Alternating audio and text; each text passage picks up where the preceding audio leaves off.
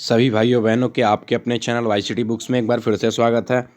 Please जो अभी तक हमारे चैनल को सब्सक्राइब नहीं किए होंगे जरूर सब्सक्राइब कर लेंगे। उसके बगल में बेल आइकन है उसे भी दबा देंगे जिससे कि नोटिफिकेशन आप लोगों के पास पहुंच जाया करेगा। मैं बता दूं कि डेली करंट अफेयर्स की वीडियोस प्रोवाइड करता हूं। उसी कड़ी में आज 20 जुलाई के जितने भी करंट के क्वेश्चन थे सारे क्वेश्चन को इसके अंतर्गत कवर किए गए हैं। साथ में इसकी पीडीएफ भी प्रोवाइड की गई है। अगर आप इसकी पीडीएफ डाउनलोड करना चाहते हैं तो आप हमारे टेलीग्राम ग्रुप से जुड़कर आसानी से इसकी पीडीएफ भी प्राप्त कर सकते हैं। टेलीग्राम ग्रुप का लिंक डिस्क्रिप्शन में दे दिया गया है, वहाँ जाइए। आप लोग हर प्रकार की पीडीएफ टेलीग्राम पे अपलोड की जाती है, वहाँ पे आप लोग करंट अफेयर की पीडीएफ भी मिल जाएगी। ठीक है, तो चलिए देर ना करते हैं, हम लोग आज का सेशन स्टार्ट करते हैं और पहले क्वेश्चन को लेते हैं। पहला क्वेश्चन क्या दिया हुआ? पहला क्वेश्चन दिया हुआ है कि हाल ही में किस राज्य ने वन स्टॉप शॉप योजना शुरू किया है। पूछा जा रहा है कि किस राज्य ने अभी हाल ही में वन स्टॉप शॉप योजना शुरू किया है। तो इसका राइट आंसर क्या हो जाएगा? इसका राइट आंसर हो जाएगा अभी राजस्थान गवर्नमेंट के द्वारा। किसके द्वारा? राजस्थान गवर्नमेंट के द्वारा वन स्टॉप शॉप योजना शुरू किया गया है। इसके अंतर्गत बताया क्या गया है? देखिए, सबसे बड़ा इसमें फैक्ट है, आप नाम से ही पता चल जाता होगा वन स्टॉप। इसमें वनों की जो भी वगैरह मतलब कटाई वगैरह होती है इसको तो पहले रोकना होता है। साथ में इसके उद्योगों को बढ़ाना की सबसे बड़ी जो जिम्मेवारी जो दी गई है, सबसे ज़्यादा इसमें जो इंपॉर्टेंट पॉइंट है, उद्योगों को ज़्यादा से ज़्यादा बढ़ाना है। और साथ में ये भी बताया गया है कि जो बंदे अगर 10 करोड़ से अधिक पैसे लगाते हैं उनको क्या किया जाएगा कि उनको जितनी भी मंजूरी होती है किसी भी उद्योग को बढ़ाने के लिए, चाहे किसी भी प्रकार को, उनकी जो 98 प्रकार की मंजूरी होती है, याद रख लीजिएगा, इतनी सारी मंजूरियाँ लेनी होती है।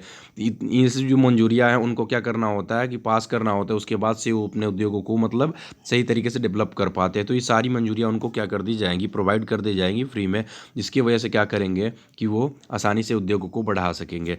ऐसे ही आपको पता होना चाहिए कि जब हमने पढ़ाया था कुछ दिन पहले तो बताया था कि जो महाराष्ट्र की गवर्नमेंट है, उद्धव ठाकरे की गवर्नमेंट है, उसके द्वारा भी बताया गया था कि अगर अपनी फैक्ट्री को स्थापित करना चाहता है तो जो भी उसकी मतलब प्रोसेस होते थे कि ये कागज़ वो कागज़ सब, तो अब किसी प्रकार की वो कागज़ वगैरह की जरूरत नहीं होती थी। अब डायरेक्ट उसके लिए कमेटी बनाई गई है कि वहाँ जाइए और अपने आप को क्या करें, प्रमाणित कराइए, सब कुछ कराइए। फिर उसके बाद से वहाँ आप जाकर आसानी से आप अपनी उद्योगों के जो भी हो, चाहे फैक्ट्री वगैरह जो भी है, आसानी से बैठा सकते हैं। ठीक है, बात करें हम राजस्थान की तो अशोक गहलोत कौन है? अशोक गहलोत जो है फिलहाल में यहाँ पर सीएम के रूप में बने हुए हैं। आप लोग जानते हैं कि बहुत ज़्यादा मतलब सियासी उठापटक भी काफ़ी ज़्यादा यहाँ पर देखने को मिली। जयपुर इसकी पता है कि कैपिटल हो, और कलराज मिश्र जो हैं यहाँ पर क्या हैं, अभी गवर्नर के पद पर बने हुए हैं। चलते हैं अगले नंबर क्वेश्चन की तरफ।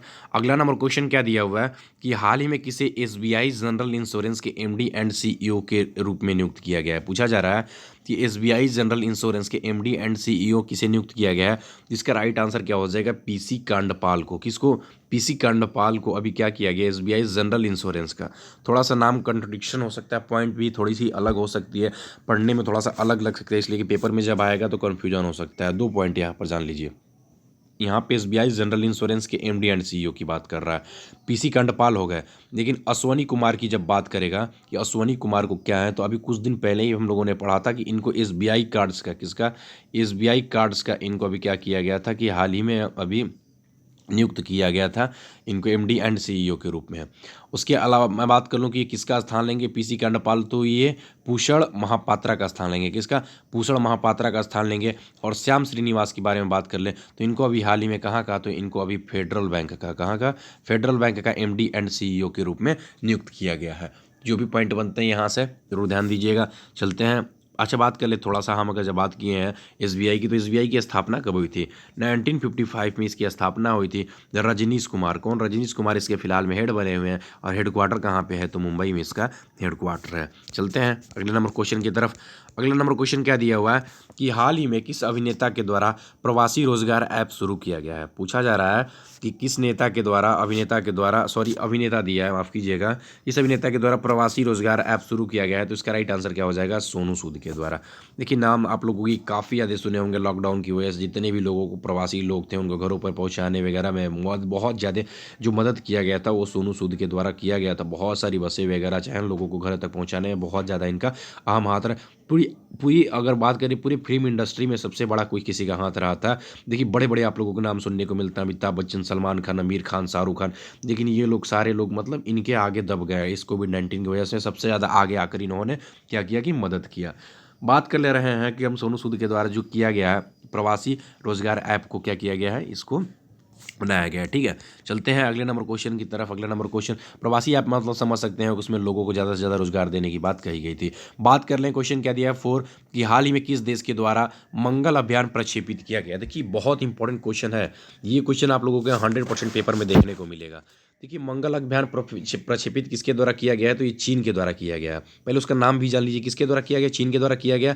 और तियानवेन प्रथम, क्या नाम दिया गया है, तियानवेन प्रथम।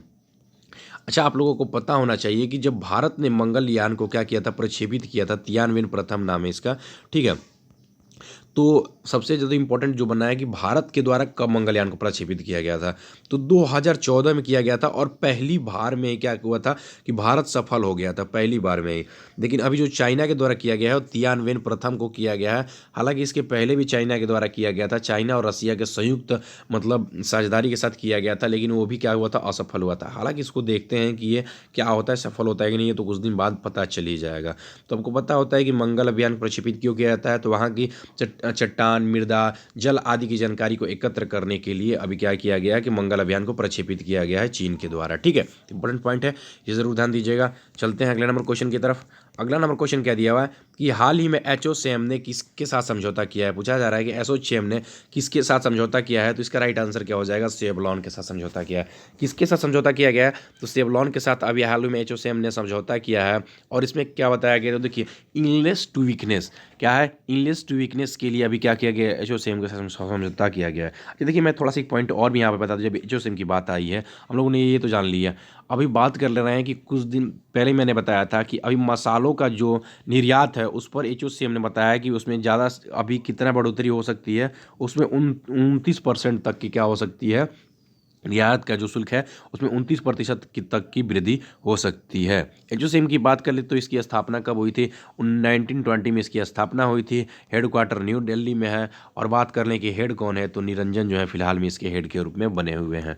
चलते हैं अगले नंबर क्वेश्चन की तरफ। अगला नंबर क्वेश्चन क्या दिया हुआ है कि हाल ही में किसे NMDC का नया अध्यक्ष के प्रबंधक निदेशक के रूप में नियुक्त किया गया है या चुना गया है। NMDC का नया अध्यक्ष एवं प्रबंधक निदेशक किसे चुना गया है, तो इसका राइट आंसर क्या हो जाएगा, सुमित देव को। किसको किया गया है, तो सुमित देव को किया गया। और बात कर लें तो किसका स्थान लेंगे, तो ये विजेंद्र कुमार का स्थान लेंगे। और किसको नियुक्त किया गया है, तो सुमित देव को नियुक्त किया गया है। ठीक है, बात कर लें कि हम इसका पूरा फुल फॉर्म क्या होता है, तो नेशनल मिनरल डेवलपमेंट कॉर्पोरेशन। क्या होता है, नेशनल मिनरल डेवलपमेंट कॉर्पोरेशन, इसका पूरा फुल फॉर्म होता है। और अभी इसी के अभी हाल ही में अध्यक्ष एवं प्रबंधक निदेशक के रूप में इनको चुना गया है। ठीक है, चलते हैं अगले नंबर क्वेश्चन की तरफ। अगला नंबर क्वेश्चन क्या दिया हुआ है कि हाल ही में प्रधानमंत्री ने किस राज्य में जलापूर्ति परियोजना को आधारशिला रखी है। पूछा जा रहा है कि प्रधानमंत्री जी के द्वारा, प्रधानमंत्री नरेंद्र मोदी जी के द्वारा किसकी जलपूर्ति परियोजना को आधारशिला रखी गई है, तो इसका राइट आंसर क्या हो जाएगा, इसका राइट आंसर हो जाएगा अभी हाल ही में मणिपुर में रखा गया। कहाँ पे, मणिपुर में रखा गया। बात कर लें कि ये जो है किसके तहत रखा गया है, तो आपको पता होना चाहिए, काफ़ी दिनों से हम लोग पढ़ते चले आ रहे हैं कि विभिन्न राज्यों के द्वारा अपना लक्ष्य रखा जा रहा है। और एक केंद्र सरकार की एक योजना है, क्या है, जल शक्ति मिशन। क्या है, जल जीवन मिशन या जल शक्ति मिशन के नाम से उससे हम लोग जान रहे हैं। और इसी के लिए अभी क्या किया गया है कि जल आपूर्ति परियोजना का लक्ष्य रखा गया है। आपको पता होना चाहिए कि विभिन्न प्रकार के जो राज्य हैं उनके द्वारा, किसी को 2020, किसी के द्वारा 2021, किसी के द्वारा 2022, किसी के 2023।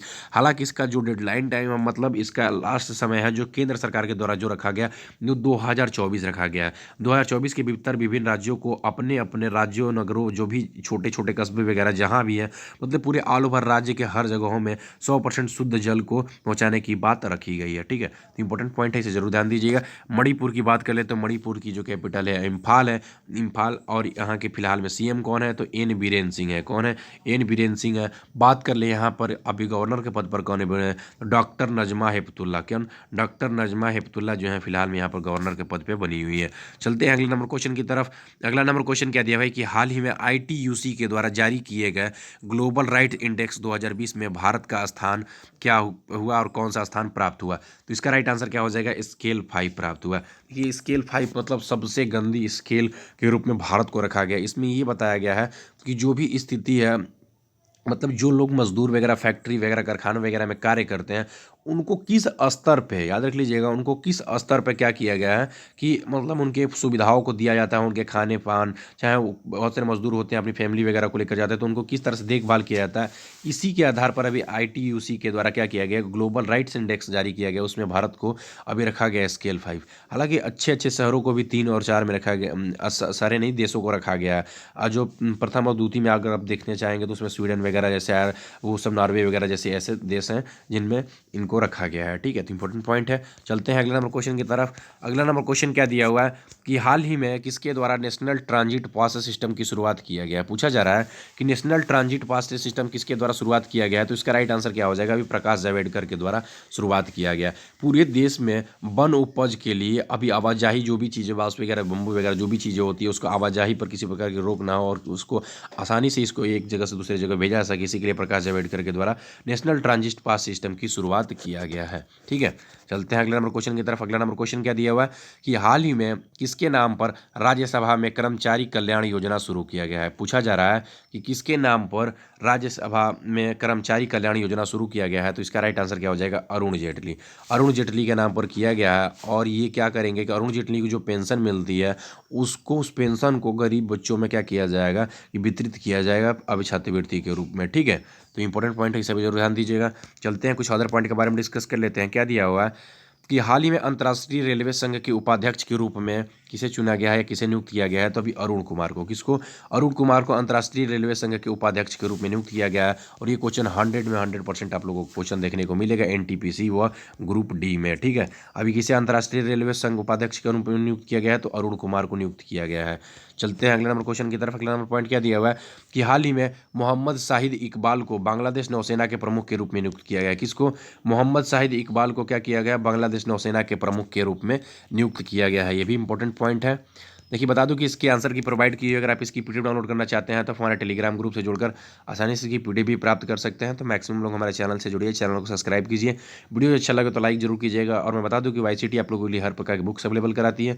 किसी प्रकार की बुक्स को खरीदना चाहते हैं तो YCT का लिंक डिस्क्रिप्शन में दिया हुआ है, नंबर भी दिया हुआ है, वहाँ से जाइए, जानकारी को प्राप्त कीजिए। और किसी प्रकार की जानकारी अगर व्हाट्सएप वगैरह के माध्यम से भी प्राप्त करना चाहते हैं तो नंबर के माध्यम से आप लोग प्राप्त कर सकते हैं, फ़ोन के माध्यम से भी प्राप्त कर सकते हैं।